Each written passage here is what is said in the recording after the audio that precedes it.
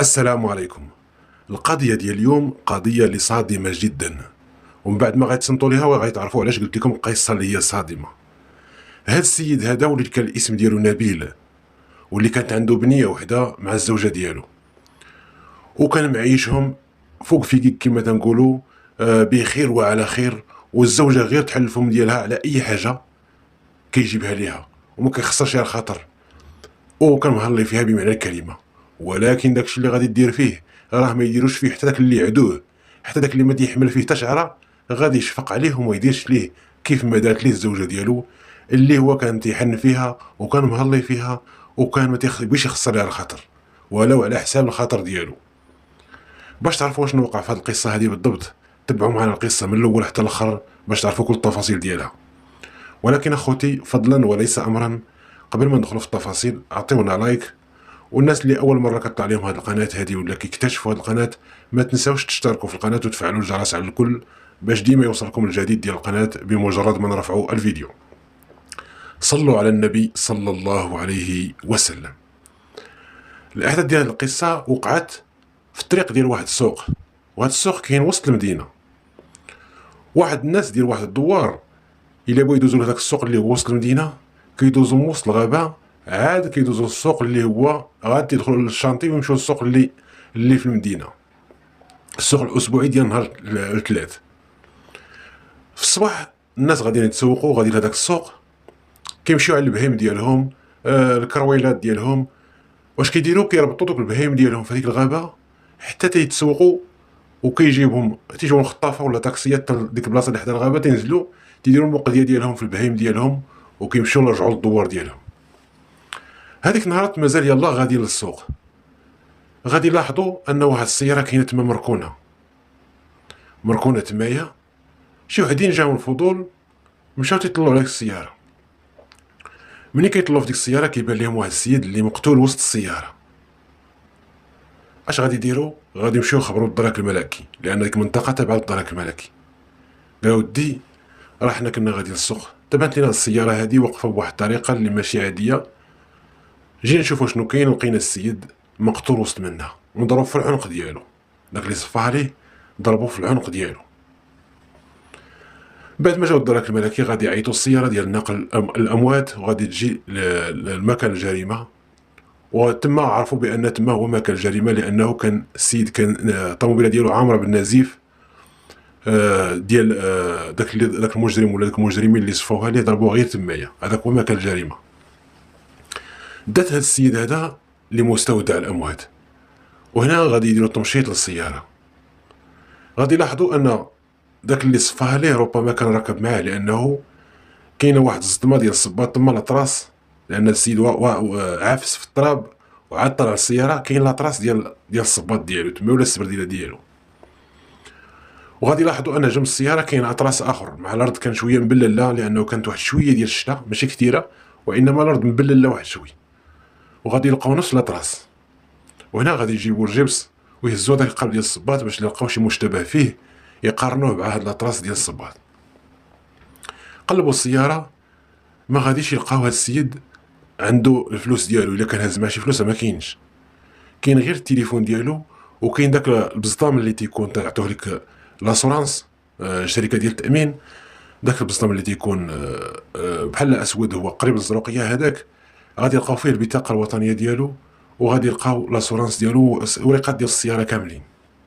عرفوا هذا السيد شكون وفين تيسكن، عرفوه انه كيسكن في الدوار اللي هو كيجيو منه نيت هذوك السواقه، وكان الاسم ديالو منير. هنا غيسهل عليهم باش انه يمشوا يقلبوا في لونطوراج ديالو تمايا، يعرفوا شنو وقع لهذا السيد وشنو العلاقات ديالو مع الناس، ويبحثوا مع الزوجه ديالو مع الابناء ديالو اللي عنده شي اولاد، ويعرفوا هذا السيد هذا واش عنده شي عديان، واش عنده شي حد اللي كيهددو، باش يقدروا يبحثوا يعرفوا هذا المجرم هذا لا صفها عليه. المهم بعد ما كما سبق قلنا ان لقاو واحد القطرات ديال الدم، ان السيد اللي ضربوه هذاك الموس اللي ضربوا به بقى كيقطر به وغادي تنزل من السياره. المهم غادي يمشيو يوصلوا للعنوان ديال السيد هذا، دقوا غادي تخرج لهم الزوجه ديالو. السلام عليكم. وعليكم السلام. قال معك الدرك الملكي، راه لقينا الزوج ديالك مقتول في البلاصه الفلانيه. السيده طاحت سقطت لهم الدم زادت تغوت. غادي يخليوها حتى تكلمات واسترجعت الانفاس ديالها وغادي يبداو البحث معها. غادي تقول لهم بان هي مزوجه بهذا السيد 15 سنه وعندهم بنيه اللي العمر ديالها 17 سنه. وهنا غادي يكون واحد علامه تعجب، كيفاش انت مزوجه انت وهذا السيد 15 سنه وعندكم بنيه عندها 17 سنه؟ كيفاش هذه القضيه؟ هنا السيده غادي تقول لهم ودي هذا السيد اللي هو الزوج ديالها منير، قالت لهم ودي راه كنت متعرفه عليه وداز بيناتهم علاقه غير شرعيه وغادي تنتج عليها حمل الحمل ديال البنيه اللي ولدوا للاسم ديالها صفاء. قلت لهم بعد ما حملت بهذه البنيه مشيت قلت له ودي راه كاين ما تاقش بيا، قال لي ربما انه يكون هذا الجنين هذا ولا هاد البنت ولا هاد الوليد اللي في كرشك ماشي ولدي. قالت لي خليه تيتزاد ونديروا لا دي ان، وديك الساعه انا تنقول لك الولد ديالكم ما كنعرف حتى شي واحد اخر. منين زادت بنيه وكانت سماتها صفاء. السيد مشى دار لا دي ان ديالو وعرف بانها البنت ديالو، وهادشي داز على داز عامين من بعد الحمل والعلاقه وكل شيء. دار السيد عقد الزواج وتزوج بهاد السيده هادي رغم الاعتراض ديال العائله ديالو، قالوا ليه ما تزوجش بها. تزوج بها ومن تما ما بقاش رزقهم الله بوليدات. قالت لهم ودي السيد ما عنده لا عداوه لا والو، السيد بخيره كما تنقول، عنده اراضي فلاحيه وعنده ممتلكات ديالو، ما محتاج انه يتسلف من عند شي حد. وهذا السيد هذا راه يمكن لكم تسولوا الاصدقاء ديالو والعائله ديالو، انسان اللي من اطيب خلق الله وما عندوش كاع، هو كيتجنب المشاكل، ما عنده لا عداوه لا والو، ما عدا لا كانت شي حاجه ما كيقولهاش ليا الله اعلم. هنا بعد ما تصنتوا الزوجه غادي يديروا الخبره على التليفون ديالو لانه لقاوه في الطوموبيل. غادي يلقاو عنده 3 ديال الاتصالات، اتصلت به الزوجه ديالو ماشي مره ماشي جوج، واتصل به الصديق ديالو ماشي مره ماشي جوج، واتصل به واحد السيد واللي كاتب عليه هو في التليفون السمسار احمد. الزوجه عطاتهم مبرر انه قالت لهم بعد ما الزوج ديالي ما جاش كنت عارفه انه غادي بيبيع واحد الغله في واحد البلاد، شي بصله ولا شي زيتون ولا شي حاجه ما مذكوراش النوع ديال الغله بالضبط، ولكن قالت لي غادي يبيع واحد الغله في واحد الارض وغادي يجي، ولكن تنتسنى فيه السيد ما جاش. وفعلا هي مشات دار ديكلاراسيون عند الدرك الملكي بان الزوج ديالها راه اختفى. المهم السيده عطاتهم مبرر، قالت لهم ودي اتصلت به، ولكن شنو علاش كيتصل به الصديق ديالو؟ الصديق ديالو منين وصلوا لي قال لي شنو واش اتصلتي بالصديق ديالك منير؟ قال لهم اتصلت به. قالوا لي علاش اتصلتي به، شنو الغرض ديالك منه؟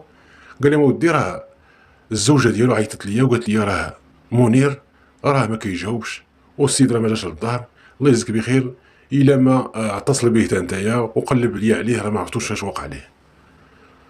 قالت له حتى هو بقى تيتصل به حتى هو ما كيجاوبوش، وقال لي ودي السيد راه ما كيجاوبش، سولت كاع الاصدقاء اللي كنترافقوا معاهم كيقول لي ما شافوهش، سيري ديري ديكلاراسيون عند البوليس عند الدرك الملكي. قالت لهم غد ليه مشيت درت ديكلاراسيون ديال اختفاء ديال الزوج. المهم هاد الناس عرفوهم علاش اتصلوا بمنير، ولكن السؤال شكون هو هاد السيد اللي مكتوب عليه السمسار احمد؟ مشاو وصلوا ليه حتى هو، وهاد السيد كيسكن في المدينه ماشي في الدوار. وصلوا ليه السلام عليكم وعليكم السلام، قال كتعرف واحد السيد واللي الاسم ديالو منير والكنيه ديالو كذا كذا؟ قال لهم الله ودي تنعرفو. شنو النوع ديال المعرفه ديالك؟ قالوا السيد هذا انا سمسار وهو عنده اراضي فلاحيه وكيبيع الغله، وكنت ديك الغله ديالو انا اللي كنسمسر عليه كنجيب ليه الشاري. قال شنو اخر عمليه درتو؟ قال ودي راه يلاه دبرت ليه في واحد الشاري نيت، في هاد اليومين هادي دبرت ليه في واحد الشاري اللي شرا من عنده الغله. قالوا لي علاش اتصلتي بهذا السيد هذا؟ قال لهم ودي هذا السيد هذا فعلا نهار الاثنين لقيته مع واحد السيد اللي شرا من عنده الغله بواحد المبلغ ديال 56 مليون. لقيته معاه هذاك السيد اللي شرا من عنده الغله عطاه 40 مليون، وقال لي انا ضمنته في 16 مليون. قال لي 16 مليون غير نبيع السلعه ونجيب لك 16 مليون ديالك، فلان هو احمد معنا. قال لي صافي حكم انه كيتعامل معاه ديما، قال لي صافي انا 16 مليون عرفها عندي. المهم قال لي ودي داك السيد شك بان منير بقى خايف على فلوسه، اش مشى دار؟ مشى عند الاصدقاء ديالو اللي كيبيعوا يشري معاهم، شد من عندهم 16 مليون. هو عيط لاحمد السمسار، قال لي عيط لهذاك السيد اللي هو الاسم ديالو منير، وقول ليه نتلاقاو هنا باش نعطيه رزقو، راه تيبان ليا بقاش السيد شاك وبقى ماشي هو هذاك، اللهم نخلوه يرتاح، باع الغله ديالو ياخذ فلوسه. كنتصل به السيد ما كيجاوبش، قلت ربما ان السيد عيان وداكشي بغا يرتاح، قلت الغد ليه نتصل به، لان لقاو الزوجه ديالو معيطه ليه شحال من مره، ولقاو الصديق ديالو معيط ليه شحال من مره، ولكن هذا احمد معيط ليه شي 2 مرات ولا 3. المهم عرفوا هاد الناس كلهم علاش اتصلوا، شنو الاسباب، شكون اللي غادي يشكوا فيه في هاد الناس هادو، انه صفها، عنده الغرض انه يصفي هذا السيد. قالوا ربما السمسار، لانه هو اللي عرف هذا السيد شد 40 مليون وراجع في حالته للدار. غادي يقارنوا هذاك لاطراس ديالو اللي لقاو في الطوموبيل مع الصباط ديالو، غادي يلقاوه غير متطابق نهائيا. مشاو تيسولوا على البرنامج اليومي ديالو، خصوصا بعد ما خرج التقرير ديال الطبيب الشرعي واللي كيقول لهم هذا السيد عطاهم الساعه بالضبط فاش توفى. وهنا في هذاك التوقيت هذا بيبحثوا البرنامج اليومي ديال السيد فين كان. المهم السيد عطاهم مبرر، قال لهم ودي خرجت هنا دخلت هنا، عطاهم التفاصيل ديال فين مشى وفين كان. وسولوا الزوجه ديالو، غيتاكد لهم الكلام، وغيتاكد مشيت الاصدقاء ديالو اللي تلاقى بهم في القهوه، غادي مهم هذيك 8 السويعات غادي يفليوها معاه ويتبعوا الخطوات ديالو فين مشى. الزوجه عطاتهم السوايع اللي دوز معاها، والاصدقاء عطوهم الوقيته اللي كان جالس معاهم. والمهم هذا السيد ما لقاو حتى شي حاجه ضده. مشاو تيبحثوا في الدار ديالو، لانه هو المشتبه فيه رقم 1، واللي عرف السيد عنده 40 مليون، و40 مليون ما لقاوهاش في الطوموبيل. مشاو تيقلبوا في الدار ديال السمسار، قلب هنا قلب هنا، قلبوا الدار كامله، ما لقاو عنده حتى شي حاجه اللي كتفيد بان السيد سرق ليه الفلوس، ولا انه لقاو الموس باش ترتكبات الجريمه، ما لقاو حتى شي حاجه ضده. صافي غادي يرخيو منه، وغادي يبداو يشكوا في من في الزوجه ديالو وفي الصديق ديالو. هنا الصديق تيقول بانه هذا الصديق ديالي من الروح للروح، وكنجي عنده للدار وكيجي عندي للدار. اخر مره تلاقيتي بيه قال لي ودي نهار الحد. واش هاد الصديق ديالك اش داه الغابه، واش مبلي بالصيد؟ قال لي ودي لا السيد ما عندوش علاقه بالصيد نهائيا.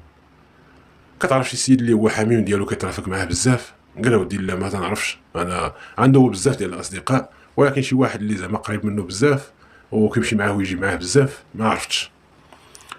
المهم هذا السيد هذا غادي يبحثوا حتى هو معاه، وغادي يفليو البرنامج اليومي ديالو، لانه الصديق ديالو يقدر يكون معاه واللي صفاها ليه.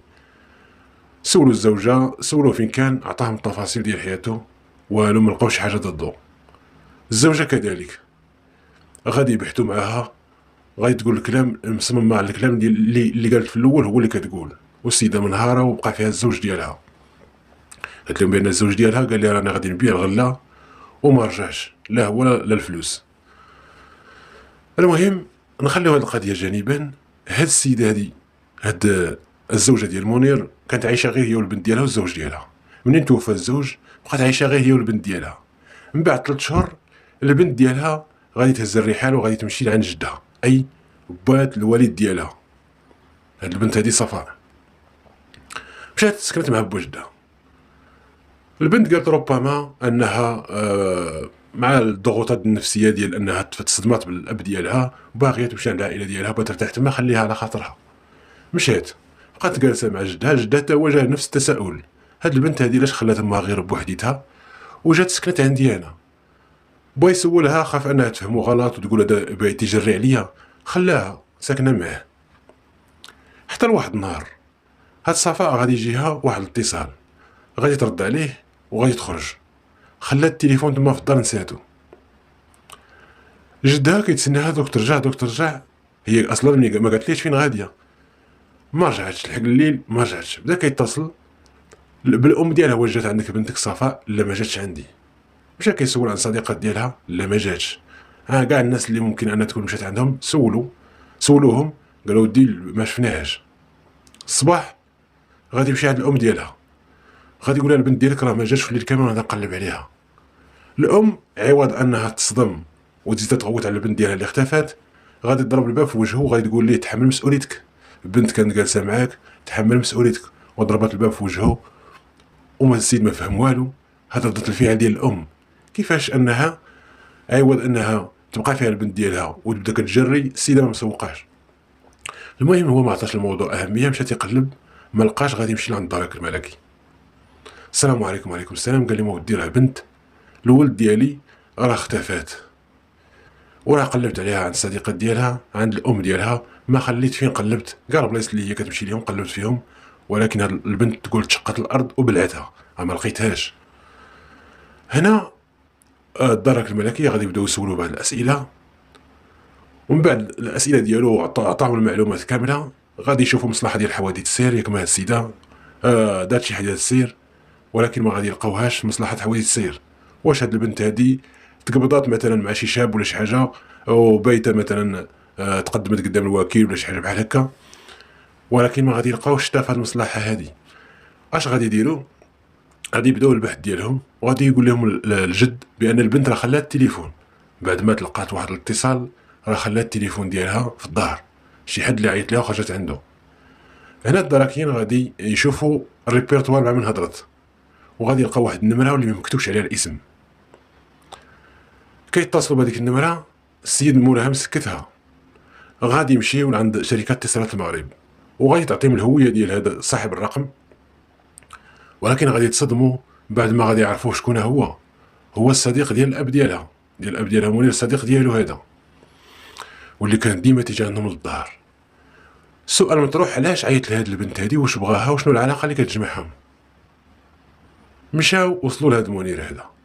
السلام عليكم. وعليكم السلام.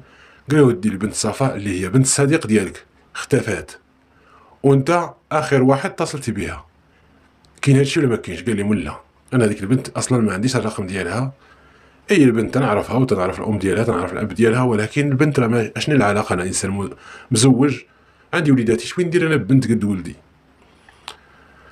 المهم قالوا له ودي راه انت عيطتي لها، حصلوا السيد حصلوا عليه اول كذبه، انت راه عيطتي لها السيده هادي، وفاش عيطتي السيد شكوا فيه، بعد ما شكوا فيه ولقاو عليه الكذوب، غادي يدخلوا يفتشوا الدار ليكون السيد معتقل هاد البنت هادي، ولا راه صفاها ليها وكاين اثر جريمه في الدار. تيقلبوا فعلا السيد هذا مزوج وعنده وليدات، قضيه انه يخفيها عنده في الدار حاجه اللي مستبعده. المهم هما غادي يديروا الخدمه ديالهم، غادي يبحثوا في الدار. من يبداو كيبحثوا في الدار غادي يلقاو واحد الحقيبه، وهذيك الحقيبه فيها 20 مليون. ومنير نهار اللي هو باع هذيك الغله، والسيد اللي شرى من عنده الغله، اللي باع ليه، اللي شرى من عنده عفوا الغله، قال لي ودي عطيته واحد الحقيبه اللي اللون ديالها قهوي، وعطيته 40 مليون فيها، قلت ليه بعد ما دي الفلوس ديالك للبنكه رد لي الحقيبه ديالي، راه هذيك الحقيبه عزيزه عليا.